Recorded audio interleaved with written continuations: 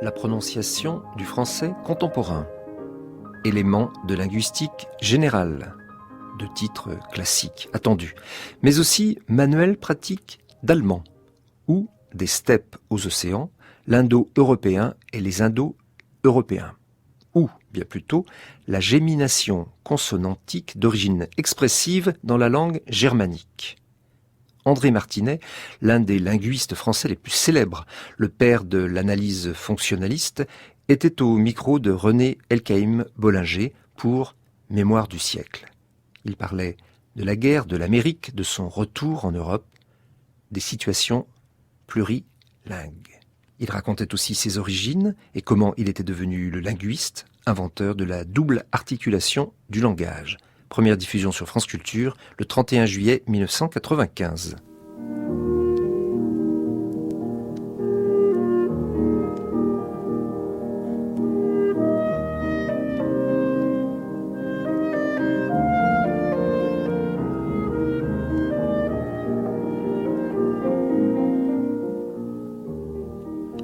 André Martinet est né en 1908 dans un village savoyard. C'était 48 ans après l'annexion de la Savoie à la France.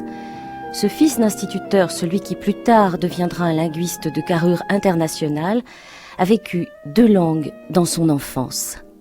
Je suis passivement bilingue, n'est-ce pas ? J'explique, n'est-ce pas, que je n'avais pas le droit, puisque j'étais le fils de l'instituteur et de l'institutrice, qui étaient là pour enseigner le français à ces gens qui ne le parlaient pas au départ. Je n'avais pas le droit de parler local. Donc je ne le parlais pas.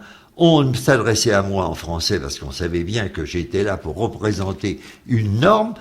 Mais, bien entendu, je jouais avec mes camarades, et mes camarades n'allaient pas, lorsque nous avions un jeu organisé, commencer à parler français. N'est-ce pas ? Il y a des jeux qui ne se faisaient pas en français. Alors, donnez-moi un exemple. Parlez-moi de ces jeux en savoyard. Est-ce que vous en souvenez ? Oui, je ne me rappelle pas très bien des formules. Betogel pota, par exemple, des choses comme ça, n'est-ce pas ? Mettre la balle dans le trou. Il ne s'agit pas d'une déformation. Ce que beaucoup de Français ont pensé des patois, c'est qu'ils étaient des déformations du français. Or, ce n'est pas le cas. Les patois français... sur les 2/3 du territoire, était le résultat de l'évolution normale du latin dans les villages ou dans les provinces en question. Donc, en Savoie, on parlait une langue dérivée du latin, apportée là dès 2 siècles avant Jésus-Christ, puisque la Savoie faisait partie de la province narbonnaise, qui a été romanisée plus tôt. Vous êtes un peu dans un décalage entre le mot et la chose, peut-être ? C'est-à-dire qu'un linguiste doit, avant de pouvoir comprendre quelque chose à ce qu'est une langue, se rendre compte qu'il y a quelque chose de complètement différent dans l'articulation livre, ce que je viens de produire en ce moment, et la réalité d'un objet qu'on appelle en français livre. Alors, quelqu'un qui n'est pas unilingue, c'est-à-dire qui dès le départ a été exposé à différentes langues, sait très bien qu'il n'y a pas d'identité puisque la même chose va avoir des désignations différentes. Vos parents sont instituteurs, vous êtes entre 2 langues et vous vivez dans un village.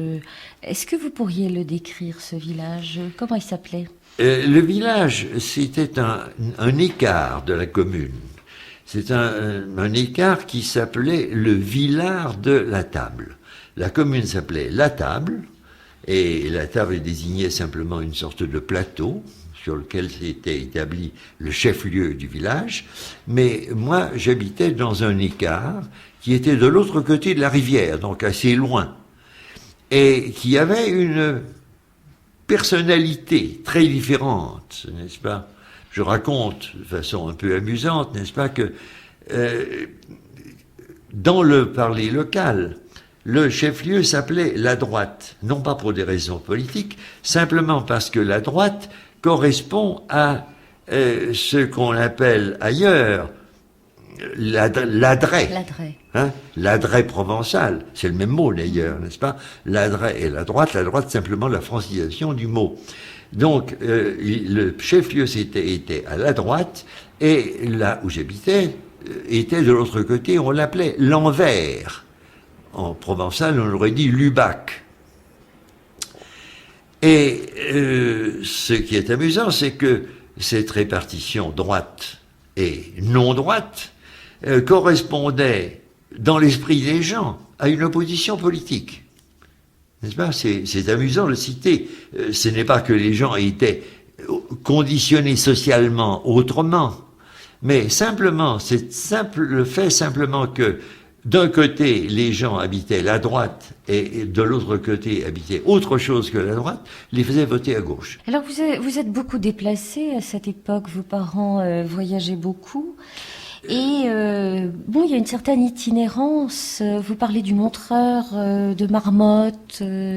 Alors, il y avait une itinérance traditionnelle, celle des ramoneurs, par exemple, n'est-ce pas, qui se répandait sur toute la France. Il y avait les montreurs de Marmotte, mais enfin, ça remonte à une époque très ancienne que je n'ai pas du tout connue, n'est-ce pas. Mais enfin, la tradition était là. Effectivement, il y a eu ces itinérances, mais qui n'affectaient pas du tout les gens du cru, et surtout les personnes comme moi, qui habitaient à une altitude où ceci n'affectait pas la vie des gens. J'habitais, moi, à 700 mètres, dans un village que je décris en ce moment, à 700 mètres d'altitude, où la vie ne s'arrêtait pas l'hiver. Il y avait de la neige, sans doute, mais pas au point de bloquer la circulation et la vie, n'est-ce pas ? Donc, ma Savoie n'était pas du tout la Savoie des itinérances. Alors l'apprentissage de la lecture, ça c'était quelque chose d'important. Vous alliez à l'école, vous êtes entré à l'école à quel âge ? Je n'étais pas à l'école, j'habitais à l'école. J'habitais donc le bâtiment scolaire. Et j'ai appris, c'est ma mère qui, voyant l'intérêt que je manifestais pour la chose écrite, m'a appris à lire à 3 ans et demi. Donc je dissociais très nettement l'écriture et la lecture. Il est évident que, ayant appris à lire, l'apprentissage de la lecture très tôt m'a donné très tôt le sens, si vous voulez, d'une réalité linguistique, précisément l'opposition entre la forme écrite, ce qui ne frappe pas l'enfant en général, entre la forme écrite et la forme parlée. N'est-ce pas ? Donc, la forme parlée, c'est sur la forme parlée que je réfléchissais seul, qui est, je crois, ça peut exister chez d'autres personnes, mais en général, ça ne se sait pas, parce qu'un enfant de 3 ans ne va pas raconter, 3 ans, non, c'était pas 3 ans, c'était un peu plus tard, ça. L'enfant de 6 ans ne va pas raconter aux gens qui l'entourent le résultat de ses spéculations relativement à la nature des faits d'articulation linguistique. Donc je ne disais rien à personne. Je me suis aperçu plus tard que ma mère aurait très bien compris ce que je lui aurais dit, mais à ce moment-là, je craignais de me faire taxer de folie. Et votre nom, Martinet, comment vous l'avez vécu ? Parce que vous l'expliquez abondamment, Martinet, ça vient, ça a telle racine. C'est ça, c'est-à-dire que mon nom n'est pas un nom réellement rare. Dans le village du Verneil, d'où se dérivent les Martinets, ma famille, qui était un village où tout le monde s'appelait Martinet.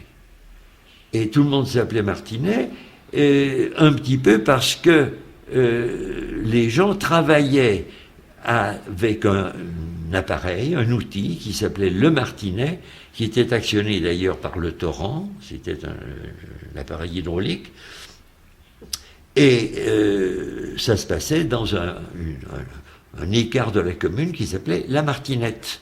La Martinette, c'est là où il y avait le martinet et où les gens qu'on appelait les martinets fabriquaient les clous.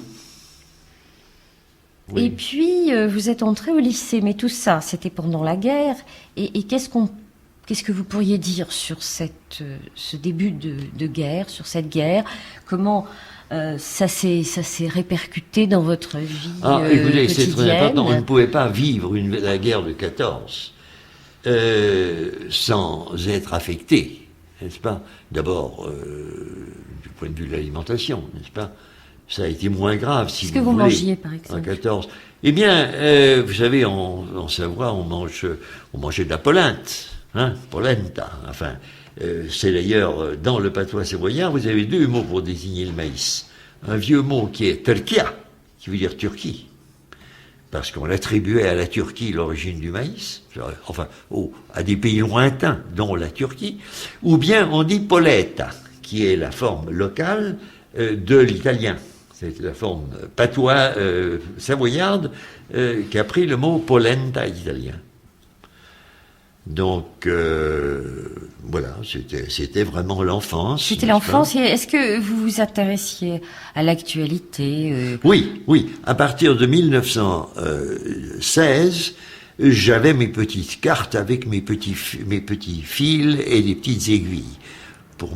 Je suivais attentivement les communiqués et je transférais sur mes cartes le résultat des communiqués qui étaient il fallait interpréter. Et les communiqués, c'était par les journaux? Oui, bien sûr.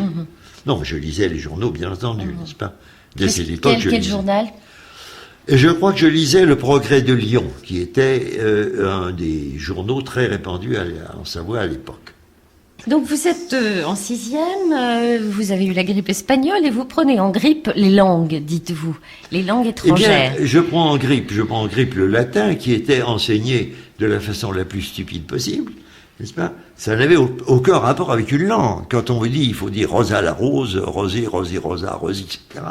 Tout ça, ça n'a aucun rapport avec ce qu'est une langue. Par conséquent, tout ça, je le faisais parce qu'il fallait bien le faire. J'étais à l'école, je faisais ce qu'on me disait de faire, mais ça ne m'intéressait pas du tout.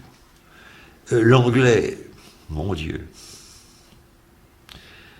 L'anglais enseigné au lycée de Chambéry en 1919, ça n'avait aucun rapport avec la langue du même nom. Donc, il n'y avait aucune raison que je retrouve, disons, dans ce qu'on m'enseignait, les points, ce qui m'intéressait dans la réalité, les faits. On m'aurait parlé anglais correctement. Je me serais dit, c'est intéressant, ça pose des problèmes. Mais lorsque on me parlait l'anglais avec l'accent français, quand on disait the poor boy, qu'est-ce que vous voulez que je tire de ça? Je disais, c'est bizarre. C'est une langue bizarre, c'est les mêmes sons qu'en français, mais c'est autre chose. Enfin. Dans les livres, dans l'époque, il n'y avait pas de système phonétique pas du tout. Pour montrer les concordances. Pas du tout. C'est-à-dire que l'on mettait quelquefois, on faisait les colonnes où on mettait ensemble les mots qui rimaient. Et très souvent, on se demandait pourquoi on avait mis les mots dans cette même colonne, parce que la prononciation du professeur ne correspondait pas du tout à la rime de ces mots. Donc, vraiment... et je crains qu'il reste encore beaucoup à faire en France, même aujourd'hui, à cet égard. Et vous avez changé de lycée, vous êtes allé au lycée Buffon à Paris ensuite. C'est ça. Donc vous avez découvert Paris.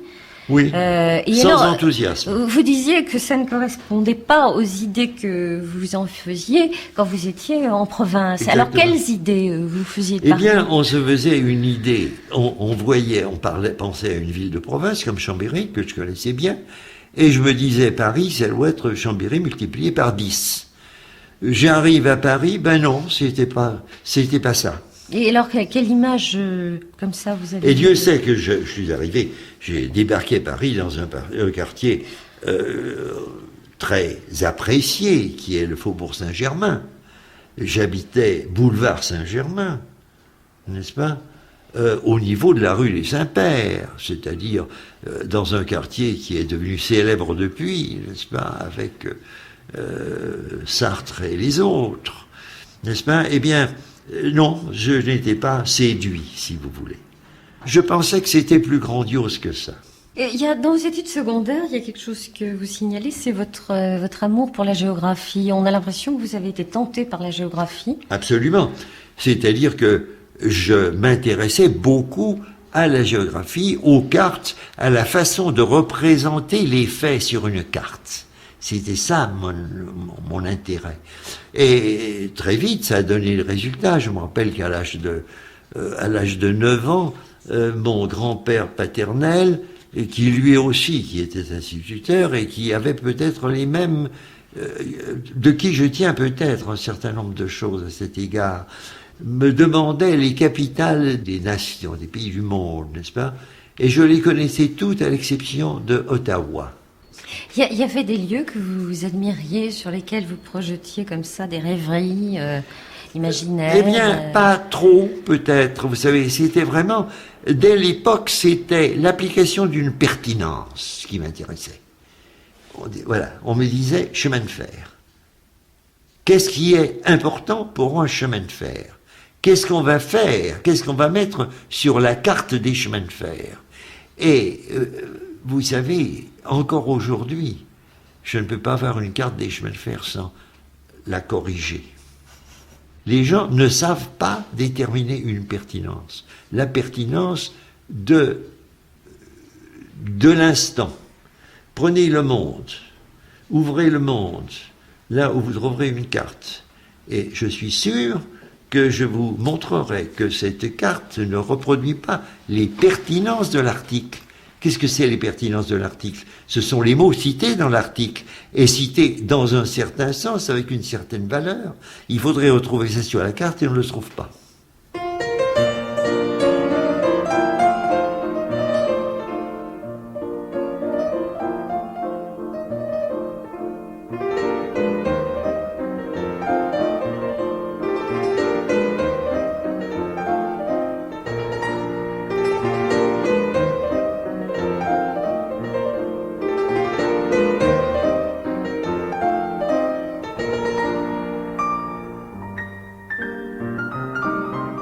Pretty, pretty sparrow, under leaves so green, a happy blossom sees you, swift as arrow, seek your cradle narrow, near my bosom.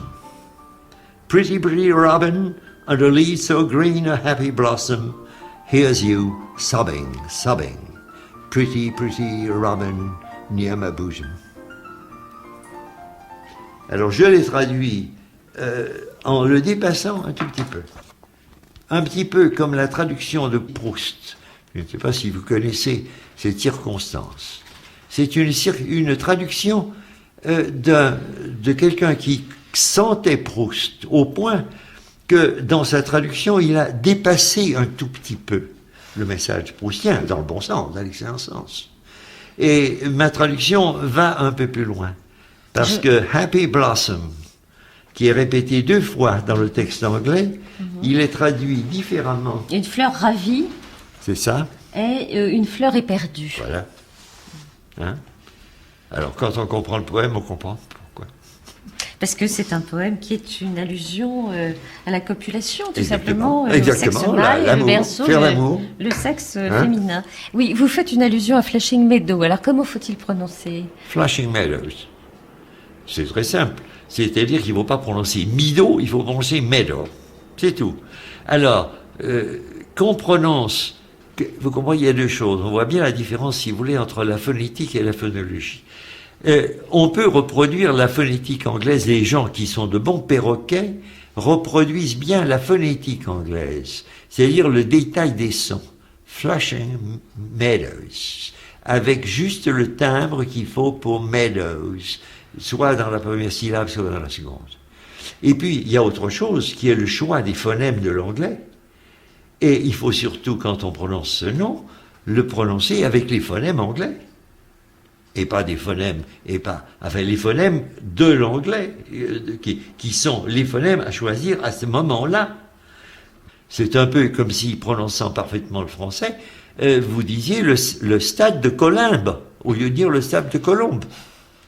Alors, vous allez en Hippocagne à Louis le Grand dans les années 1925-1926 à peu près. Vous avez donc vous traversez l'adolescence. Est-ce qu'il y avait comme ça des musiques, le cinéma, des choses qui vous séduisaient dans cette vie d'alors? J'étais un fanat du cinéma. Hein. C'est l'époque où, disons, si vous voulez, le cinéma représentait probablement ce que représente le rock aujourd'hui pour les jeunes, n'est-ce pas? La France, à ce moment-là, n'était pas très sensible à la musique. Cette sensibilité musicale française est quelque chose d'assez récent, n'est-ce pas? Le choc le gros choc qu'a été le passage du muet au parlant, Ça a été une sorte de révolution pour moi à l'époque, n'est-ce pas?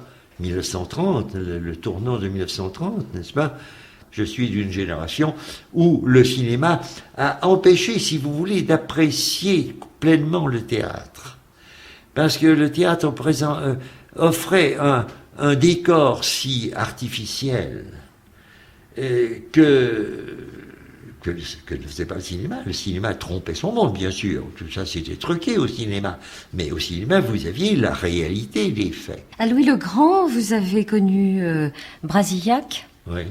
Vous étiez ami avec lui? Non. Non. Ah non. Non. Non, il y avait une opposition fondamentale. Brasillac il était, disons franchement, c'était un fasciste.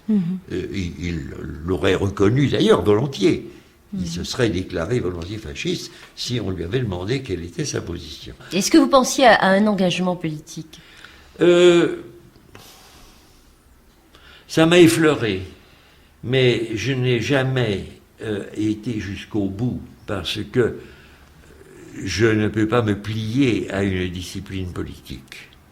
Il y a toujours un moment très vite, je m'aperçois de différences. Quelle que soit ma sensibilité, disons, un parti qui correspondra à ma sensibilité, cette correspondance s'arrête assez vite. Et la notion de me lier, de m'empêcher, disons, de trahir ma mère au nom d'un parti politique, parce que quand vous appartenez à un parti politique, vous n'avez pas le droit de dénoncer certaines inexactitudes. C'est pas possible. Ce n'est pas une critique que je fais. Vous pensez à quoi? Vous pensez à quoi, là? Oh, ben disons, si vous voulez, la tentation que j'ai pu avoir, disons, de m'inscrire au Parti communiste. Mais immédiatement, j'ai dit non, c'est pas possible. Alors, vous avez passé l'agrégation d'anglais? Oui. Donc, vers 1930, 1930. En 1930, l'agrégation d'anglais, que vous appelez un passeport pour la vie. Enfin, une assurance pour la vie. Une assurance sur la vie. C'est comme ça. Vous comprenez bien pourquoi. J'étais linguiste. Et l'agrégation d'anglais, c'est pas une agrégation de linguistique du tout. C'est une agrégation de langue et non pas de linguistique. Par conséquent, pour moi, cette agrégation, c'était l'assurance d'avoir un poste. Donc, l'agrégation, c'est la porte ouverte à la vie professionnelle. C'est la possibilité pour moi d'être assuré sur la vie et de faire la linguistique que je voulais. Voilà. Hein? C'est net, c'est précis.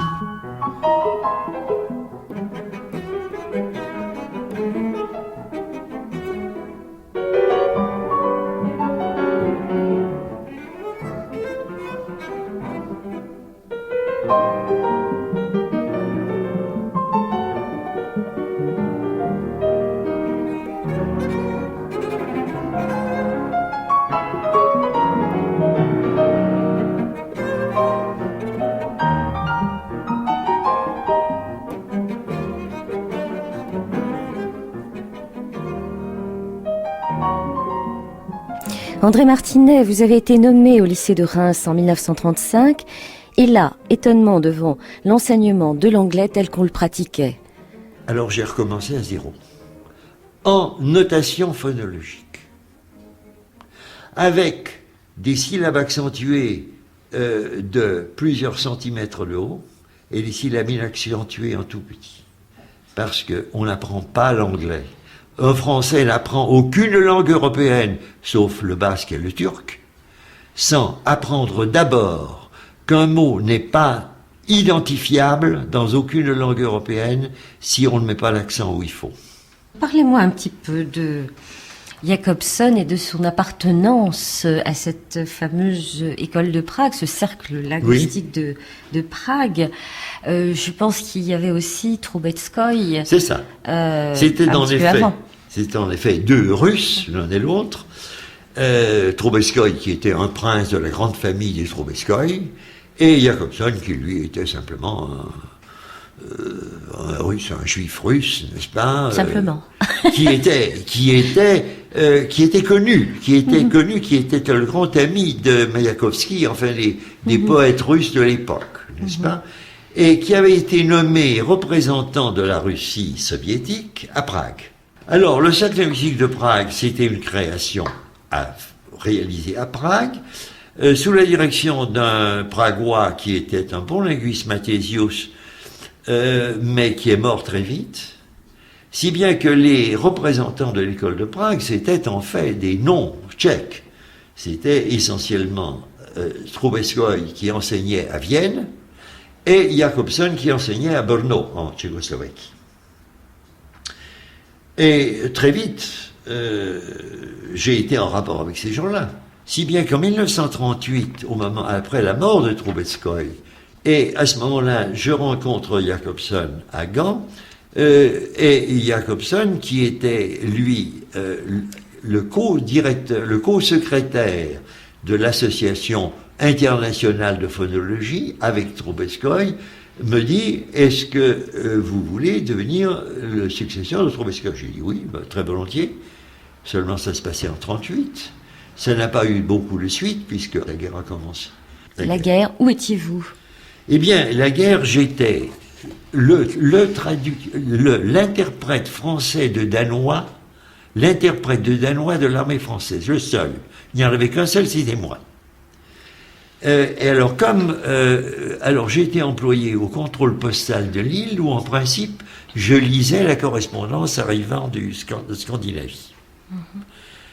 En fait, c'était une plaisanterie. Mais pour le compte de qui? Pour le compte de l'armée française, oui. Bien entendu. J'étais jamais avec des galons d'adjudant, mais un uniforme d'officier. J'étais donc interprète stagiaire, c'est-à-dire je n'avais pas le titre d'officier, le titre de lieutenant, n'est-ce pas? Mais enfin, tout de même, j'étais à l'état-major, bien entendu.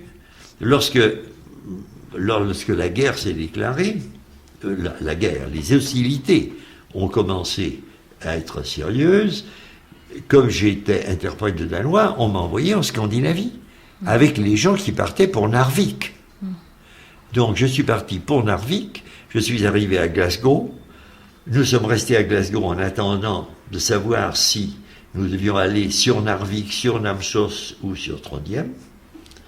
Et finalement je suis resté à Glasgow, où j'ai mené une très belle vie, car nous étions fêtés comme des libérateurs, comme des sauveurs. Et le feu, vous l'avez affronté à un autre moment? Alors, le feu, je suis rentré à ce moment-là à Glasgow. La question s'est posée de savoir, est-ce que je vais rester à Glasgow pour éventuellement aller en Norvège, ou est-ce que je vais rentrer en France avec ma division, qui est rentrée en France?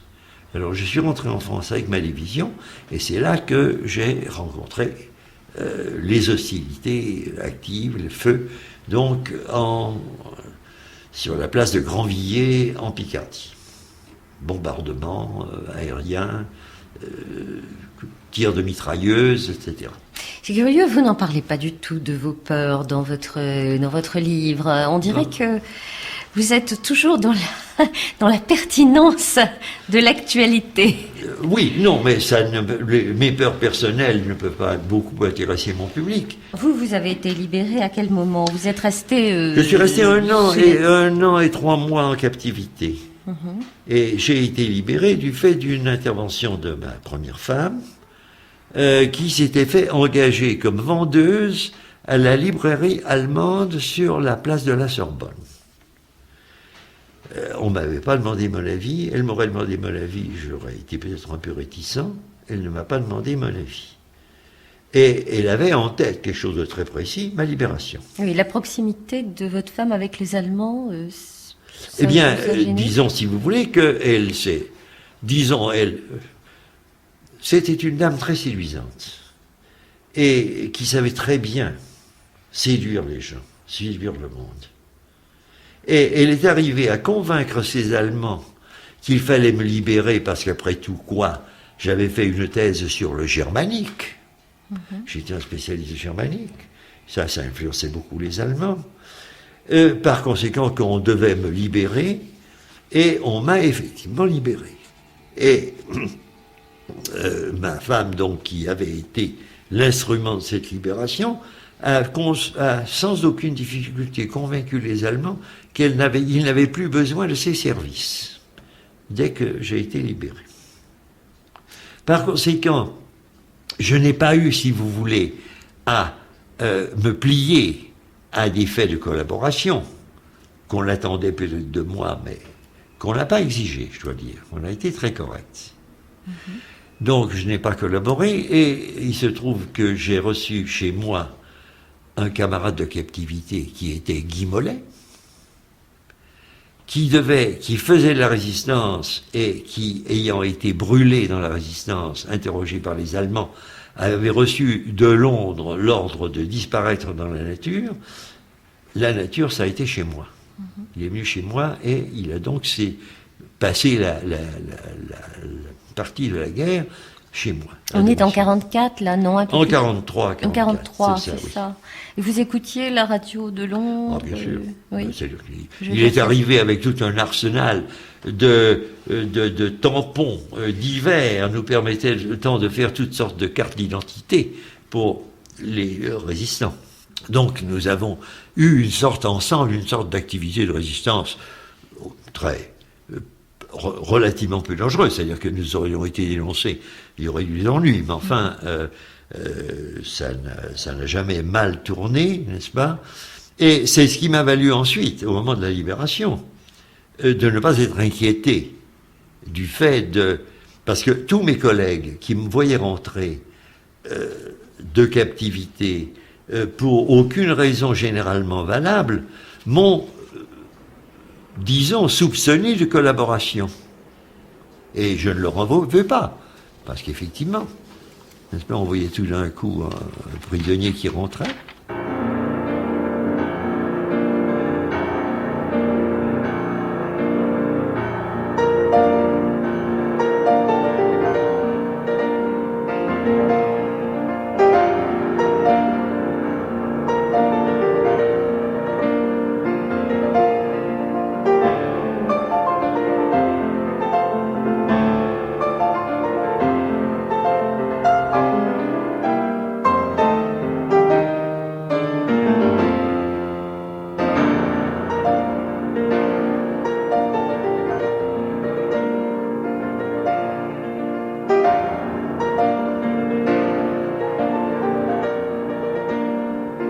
André Martinet, c'est à cette époque-là que vous vous êtes intéressé à l'espéranto. Disons, si vous voulez, que ça, c'est un problème qui m'avait toujours intéressé, amusé, n'est-ce pas, l'espéranto. Dès l'âge le plus tendre, j'avais appris l'ido dans le Larousse Larousse de 1900 environ, n'est-ce pas? J'avais pris contact avec l'ido, ça m'avait intéressé, l'idée même m'intéressait. Otto Jespersen lui-même, qui s'intéressait beaucoup à ces problèmes, avait lui-même créé une langue de ce type-là, le Novial. Il m'avait envoyé son livre Novial, etc. Et donc le problème m'intéressait, et à Reims, on m'avait demandé de faire une conférence là-dessus. J'avais fait une conférence publique à Reims sur le problème des langues internationales auxiliaires. Alors, si bien que j'ai été immédiatement enrôlé dans les circonstances sur lesquelles je ne reviens pas, enrôlé dans ces affaires, et c'est mes contacts avec les gens qui s'intéressaient à ces problèmes qui m'ont amené à New York. Donc je n'ai pas été amené à New York pour des raisons de théorie linguistique, pour ainsi dire, du fait de mes préoccupations sur la linguistique en général, mais sur ces points très particuliers de langue internationale auxiliaire. Alors Jacobson donc était avec vous sur ce Alors Jacobson, terrain? non, il n'était pas du tout là-dedans. Jacobson, il n'était pas du tout là. Il s'était assez à tour de choses, et peut-être à ça, mais enfin, pas spécialement à ça. C'est simplement, nous nous sommes retrouvés à New York, et nous sommes restés donc à New York. Et c'est là que les intrigues de Jacobson ont abouti à cette proposition de nomination de professeur de linguistique générale et comparée à Columbia University. Vous pouvez me faire un rapide portrait de Jacobson, qui est quand même connu que... Oui. Jacobson était un être très amusant. On l'appelait le clown, et effectivement, il amusait comme un clown. Il blaguait, n'est-ce pas? Il blaguait. Il pouvait être assez rossard, hein? Lorsqu'on s'opposait à ses entreprises, il était dur. n'est-ce pas? Et sur le plan de la théorie, enfin sur le plan des recherches en linguistique, qu'est-ce qui l'avait amené à cette notoriété? Eh bien, je dirais que sa notoriété est due en grande partie à ses talents, disons le clown. Il ne faut pas prendre clown au mauvais sens du terme. C'est son talent de présentateur, si vous voulez. Il amusait les gens. Vous êtes en train de dire que ce qu'il faisait sur le plan linguistique n'avait pas de valeur? Il était très astucieux, si bien que de temps en temps, il venait avec des trouvailles intéressantes. Mais, dans l'ensemble, il n'était pas assez sérieux, si vous voulez, pour poursuivre les recherches dans une direction. Il a c'était un touche-à-tout très intelligent. Je ne dirais pas génial, ça ne veut pas dire grand-chose. Très intelligent. Sur le phonème, par exemple. Disons qu'il avait les idées. Il avait des idées universalistes, c'est-à-dire que pour lui, toutes les langues étaient faites sur le même modèle.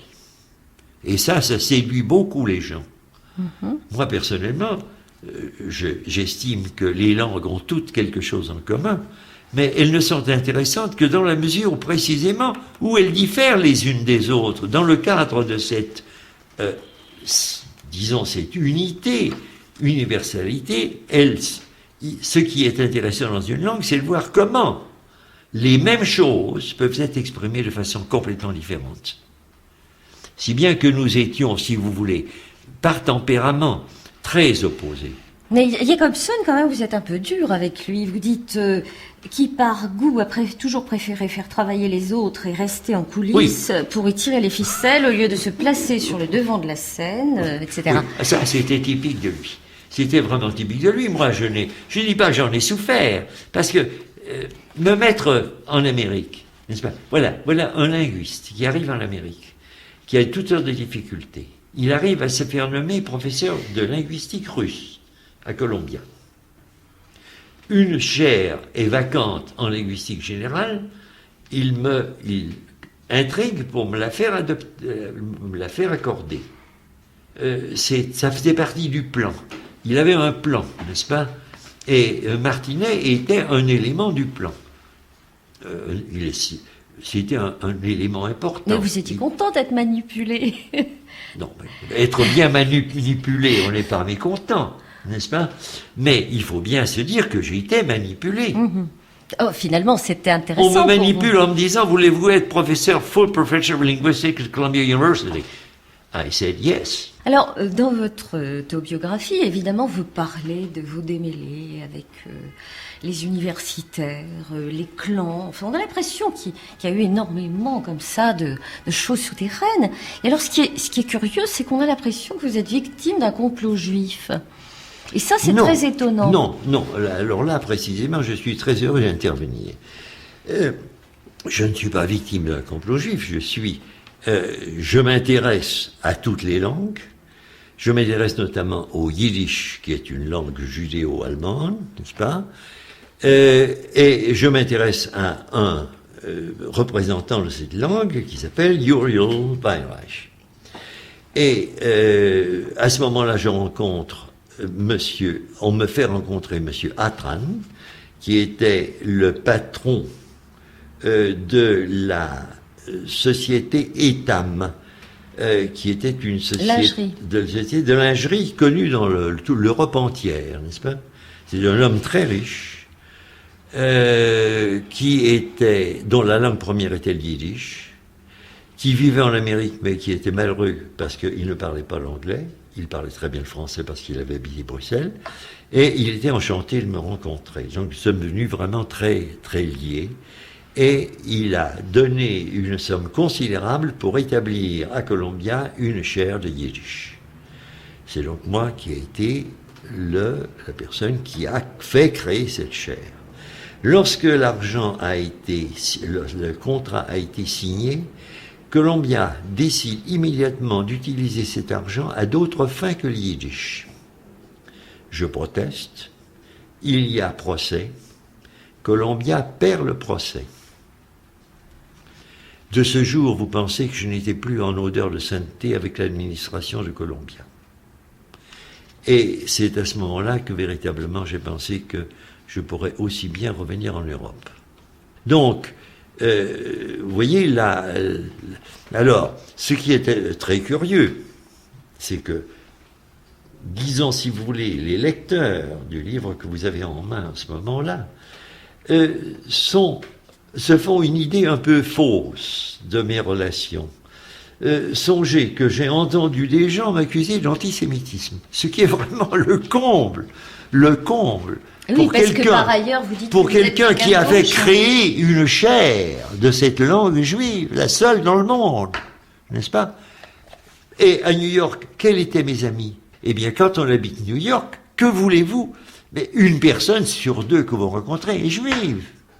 Vous vivez dans une atmosphère avec tous nos amis new-yorkais étaient ou bien juifs, ou bien époux de juifs ou de juifs. Oui, mais dans votre langage, dans la façon dont vous le racontez, c'est curieux parce que vous arrivez à dire j'avais fait tout le travail à propos de cette affaire de chaire de yiddish, j'avais fait tout le travail et cependant bien des gens ont été tentés de mettre tout au compte de Jacobson, qui n'avait pas levé le petit doigt, mais qui avait en l'occurrence l'avantage sur moi d'être juif. Vous voyez, je pense pas que vous étiez antisémite, je ne le crois pas. Simplement, la façon dont vous le dites, ça peut faire penser que vous êtes antisémite. Parce que dire l'avantage d'être juif après ce qui s'est passé dans la période de la guerre, c'est assez extraordinaire. Non, mais dans ce cas particulier, je précise bien dans ce cas particulier, n'est-ce pas, vous comprenez que faire quelque chose, moi je suis le contraire de l'antisémitisme. Pourquoi voulez-vous? Moi, je ne juge pas les gens sur leur race, sur leur langue, sur leur peau. Je les juge sur eux-mêmes. Par conséquent, je ne suis anti-rien, n'est-ce pas? Et une bonne moitié de mes amis sont juifs. Et je n'ai jamais, avant d'accorder mon amitié, demandé si on était juif ou pas juif.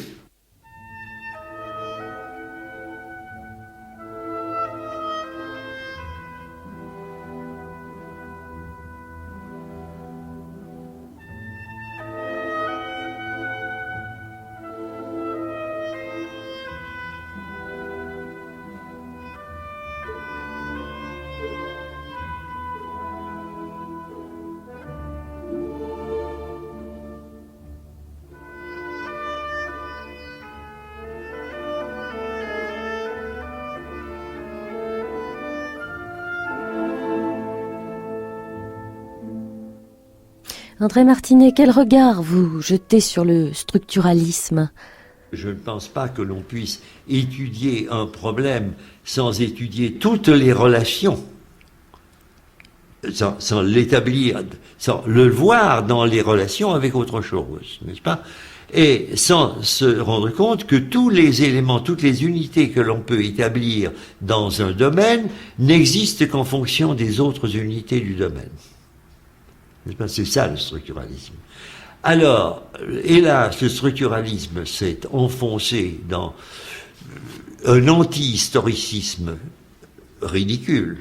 Parce qu'en gros, finalement, les structuralistes ont établi que la structure n'était pas compatible avec l'évolution. André Martinet, les grands linguistes pour vous? Les grands linguistes de ce siècle, il y en a beaucoup. On ne peut pas les épuiser. Et puis, évidemment, il y a ceux que je n'ai pas connus et ceux que j'ai connus. Alors, parmi ceux que j'ai connus, je dirais qu'il y a un homme très important, c'est Meillet. C'était un homme qui avait une vision très large des choses, qui était prêt à, disons, reconsidérer ses points de vue. C'était un homme qui était dans la ligne, comme tous les linguistes français, dans la ligne de Ferdinand de Saussure. Alors il faudrait évidemment dire quelque chose de Ferdinand de Saussure, mais ça nous menait très loin, n'est-ce pas? Meillet avait été un auditeur de Ferdinand de Saussure, mais il avait dès le départ interprété le message de Saussure à sa façon, sans trahir Saussure, mais avec tout de même un angle particulier. Et c'est un homme qui a été le chef de ce qu'on peut appeler l'école de Paris, l'école linguistique de Paris, qui a, qui a dominé les études françaises de linguistique dans les 35 premières années du siècle, n'est-ce pas? Disons de 1900 à 1935, 36 si vous voulez, date de la mort de Meillet. C'est évidemment Meillet qui était le linguiste, n'est-ce pas? Alors il avait un lieutenant qui était Vandriès. Il y avait autour de lui des philologues, méchamment je dis des philologues de service, c'est un peu méchant. Mais enfin, c'était un peu ça. Il y avait les gens qui étaient là pour offrir à Meillet toute la documentation, disons, sur le latin. Lorsque Meillet a voulu faire un dictionnaire étymologique du latin, il s'est mis en rapport avec Ernoult, qui était un très bon latiniste, un excellent latiniste, qui était le philologue, si vous voulez, de la bande. Et à eux deux, Ernoult et Meillet ont fait le meilleur dictionnaire étymologique du latin. La comparaison indo-européenne, alors ça c'est très important puisque finalement tous les grands linguistes se sont... Pendant très longtemps, il n'y avait pas de linguiste qui ne faisait pas de comparaison indo-européenne. Alors moi, personnellement, j'ai fait de la comparaison indo-européenne aussi un peu comme tout le monde. À l'école des hautes études, mes auditoires, qui se demandaient tout de même ce qu'était que la linguistique comparée, m'ont demandé, est-ce que vous ne pourriez pas nous faire des présentations de la linguistique comparée? J'en ai fait 2 années, pas consécutives, 2 années. J'ai consacré mes cours à l'école des hautes études à la linguistique comparée. Et finalement, j'ai produit un livre qui s'appelle « Des steppes aux océans ». Et benveniste? Alors, benveniste, il était comparatiste. Donc, il a participé à la reconstruction de l'Indo-européen. Avant que je parte pour l'Amérique, j'avais établi avec benveniste, qui était plus âgé que moi, j'étais donc un jeune homme, si vous voulez, à ce moment-là, des rapports tout de même très confiants, remarquablement confiants pour benveniste. C'était strictement, nous discutions simplement de faits linguistiques et jamais de faits personnels. Mais les rapports étaient bons. Mais lorsque il est venu me voir, et j'étais en Amérique, il est venu nous voir en Amérique, nous l'avons reçu à la maison, et à ce moment-là, pour la première fois, avec un Français, il a établi des relations d'amitié. C'était assez extraordinaire. Il me demandait mon avis sur les théories qu'il allait exposer. Chose qu'il n'a jamais faite avec aucun Français en France. Je suis rentré à Paris, et dans les premières années où je suis rentré à Paris, notre amitié s'est maintenue. Mais lorsque, en 1960, j'ai publié un livre que vous avez ici même, et qui sont les éléments de la linguistique générale, il ne m'a pas reconnu dans les couloirs de la Sorbonne. André Martinet, alors, jalousie, rivalité, clientélisme, esclavagisme, domaine réservé, c'est un petit peu toute l'histoire des rapports entre universitaires, disons avant 68. Vous avez dû voir arriver 68 avec soulagement, parce que finalement c'était ça qui était remis en question. C'était ça. Non, ce qui était remis en question en 68, c'était, disons, si vous voulez, ce qu'on pourrait appeler grossièrement le mandarinat. 68 a été dirigé finalement contre moi. Attendez, contre vous. Enfin, dans le milieu. Ah oui. Dans le milieu universitaire où j'étais présent, j'ai été la cible des attaques des étudiants de linguistique. Comme tous les professeurs, enfin beaucoup de professeurs Oui, l'ont été. mais pas tous les professeurs, parce qu'il y avait les professeurs qui s'étaient arrangés pour ne pas être les cibles des attaques. Moi, je m'étais jamais arrangé pour ne pas l'être, simplement je faisais mon enseignement, un enseignement très ouvert, où tous les étudiants pouvaient intervenir et demander des précisions s'ils voulaient. Mais il y a eu une sorte de cabale de ce qu'on peut appeler les francistes, c'est-à-dire les linguistes qui s'occupent du français, contre moi. Et cette cabale s'explique bien parce que moi, je suis le vilain monsieur qui, ayant eu l'occasion de rencontrer sur son chemin les langues les plus diverses, ait pris conscience que le français ne représente pas la seule possibilité linguistique, mais une possibilité parmi 1000 autres. Par conséquent, disons, si vous voulez, le lustre du français est un peu affecté, tout au moins c'est ce que croient ces gens, par le fait que je viens et que je dis par exemple, ne croyez pas que l'existence d'un sujet dans toute phrase soit une obligation de toute langue. Ça c'est scandaleux. Donc j'ai eu contre moi en 68 les étudiants de français montés contre moi par certains de mes collègues et malheureusement certains de mes collègues immédiats. Quel est l'avenir de la linguistique pour les années qui viennent, c'est-à-dire même l'an 2000 ? J'espère que la linguistique va se développer sur le plan pratique. C'est ce qu'on peut espérer actuellement, n'est-ce pas, dans l'apprentissage des langues. Il y a beaucoup à faire. Nous avons une expérience, surtout nous autres fonctionnalistes, n'est-ce pas ? Et sur ce point-là, je crois que nous pourrions améliorer beaucoup l'apprentissage des langues. Seulement, c'est très difficile parce qu'on se heurte à des traditions, on se heurte à des organisations, n'est-ce pas, de la formation des maîtres, qui rend très difficile une action bénéfique de la linguistique sur l'enseignement des langues. On a beaucoup parlé ces temps-ci de plurilinguisme, de francophonie, mais surtout de plurilinguisme. Qu'est-ce que vous en pensez ? Écoutez, je suis heureux d'abord d'entendre le terme plurilinguiste, car je lutte, pour ma part, contre l'imitation de l'anglais dans lequel on ne connaît que multilingualism. Les Anglais ne connaissent pas la notion de plusieurs, parce que several en anglais, ça ne veut pas dire plusieurs, ça veut dire un et un et un et un. Si bien qu'ils sont incapables de former des composés en pluri. Ils ne savent pas ce que ça veut dire. Ils forment des composés en multi. Or, il faut distinguer la situation plurilingue du Luxembourg, où il y a 3 langues en présence, de la situation multilingue du Cameroun, où vous en avez une quarantaine.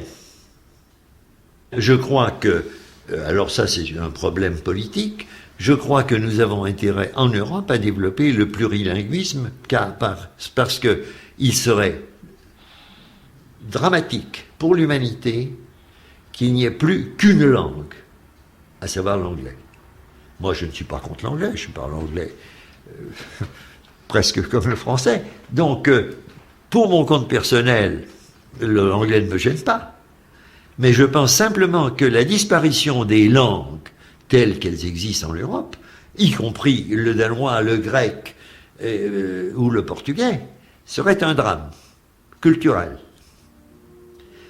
Donc je pense qu'on a intérêt, dans le cadre européen, à pousser à la connaissance d'au moins 2 langues autres que la sienne.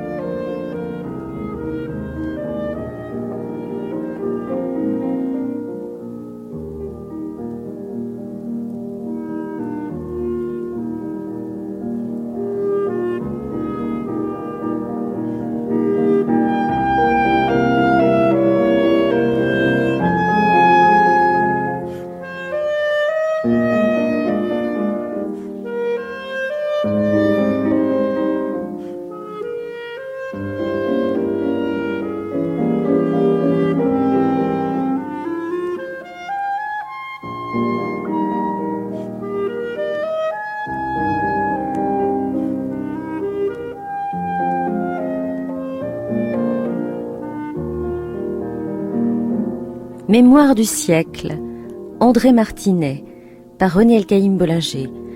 Enregistrement, André Hautser. Mixage, Jean Priseau. Réalisation, Pascal Raillet.